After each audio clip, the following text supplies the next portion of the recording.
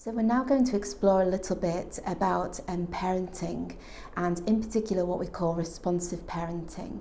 Parenting styles have changed several times over the years, but all the evidence and the research is pointing to responsive parenting for being the best way to help our baby make loving connections, that this new world is safe and secure. Responsive parenting means that as our baby is letting us know they have a basic need that needs meeting, that as parents we go and we pick our baby up and we hold them close and we try to address what that basic need may be. Babies' brain development is really fascinating, and babies are born with massive brain cells, but what they need to do is learn to make connections between those brain cells. And each and every experience, each and every parenting opportunity helps our baby make these connections. What would happen is that if you pick your baby up and respond to their needs as soon as you're able to, the baby is making a repeated connection that actually I feel safe and secure, that my basic needs are being met. And even if as a parent we haven't got to quite what that basic need is yet, and our baby is having to cry for a couple of minutes whilst we're trying to think, oh gosh, what is it that you need? The baby is still making that connection that I'm safe and secure, that somebody is trying to address what that basic need is. So our baby can't distinguish between a big and a small problem. All they know is I have a basic need that needs meeting. I'm going to give some early cues, and then ultimately if they're not picked up on by a parent, I'll cry as a means of communicating with you that I need something. So by picking your baby up each and every time they're asking you for a basic need to be met, your baby is making that connection that this new world is safe and secure. However, there will be times where perhaps you're not able to get to your baby straight away. Perhaps your baby's fast asleep in the cot or the Moses basket, and you decide to jump in the shower and you've got shampoo in your hair and shower gel everywhere, and then all of a sudden you hear the sound of your baby's crying coming from your room, and it might be a couple of minutes before you can get that shampoo rinsed out and get out of the shower and get to your baby. You go to your baby, you pick them up, you hold them close and try to work out what it is that the baby needs.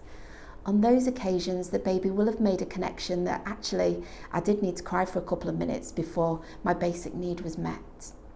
What happens in the baby's brain development is that around the baby's second birthday, the baby's brain will kind of lose the connections that haven't been repeatedly turned on.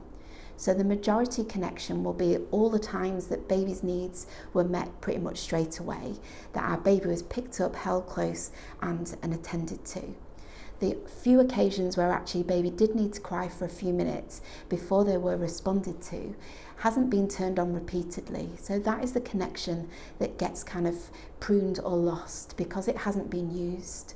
And the baby is left with that repeated connection of being responded to. This connection of being loved, of being responded to, of being safe and secure helps to make our baby more confident and more resilient and better able at managing their own emotions and developing a sense of independence when they're ready to. Parenting is one of the biggest influences on outcomes for our baby and on health and well-being for the future. And it's really important that when we consider how parenting styles have changed over the years and how we now know that this responsive parenting is the best means of parenting our baby, that we recognise that actually parenting isn't about making your baby independent.